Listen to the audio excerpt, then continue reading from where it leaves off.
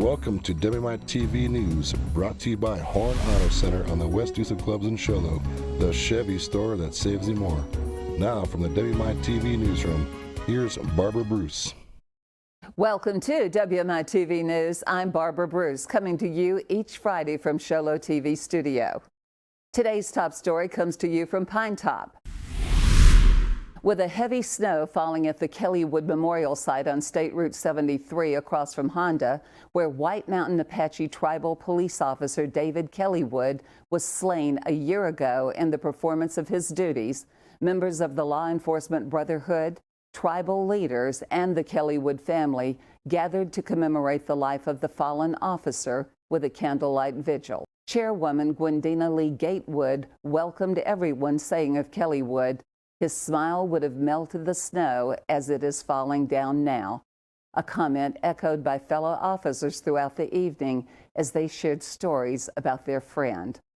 Prior to lighting the first candle, which began the vigil, his widow, Camilla, recounted that as the day began, someone important to her told her, "We need to remember how David lived. We all know how he died. We know what happened to him on the morning of February 17th, 2020. And with that, Camilla said, "Today, I ask that you all just remember how he lived, who he was as a father, as a husband, as a police officer, as a brother, a son, and he was a very dedicated worker. He worked hard, and I am really grateful for all the stories that everybody shared." The entire event was streamed live on the White Mountain Apache Tribe Police Department Facebook page. Our next story comes to you from Holbrook. Though Navajo and Apache counties are considered at extreme high risk of infection, despite the decline in new cases in the past 2 weeks, the federal CDC has issued new recommendations for opening schools safely based on a growing body of research that shows very limited spread of the virus in schools. Roughly half of the nation's children remain locked into distance learning despite growing evidence of the emotional and academic toll the months of online classes and isolation has taken on students.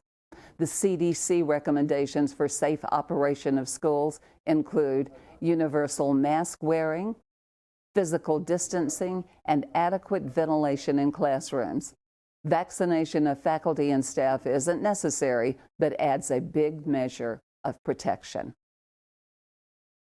Our good news comes to you from Show Low.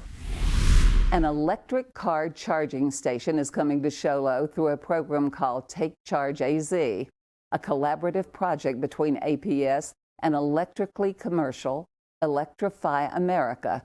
Clean energy and decarbonization are the backbone of this project.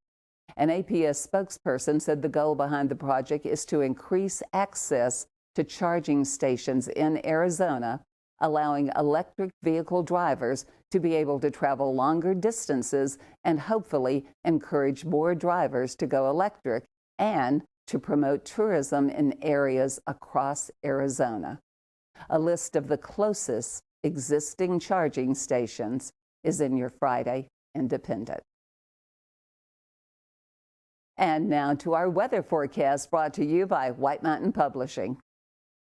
After more of the white stuff than anticipated this week, today through Monday brings us sunshine, wind, and highs in the upper 40s to low 50s and lows in the 20s. But Tuesday, get ready. The weatherman says we will reach 60 degrees.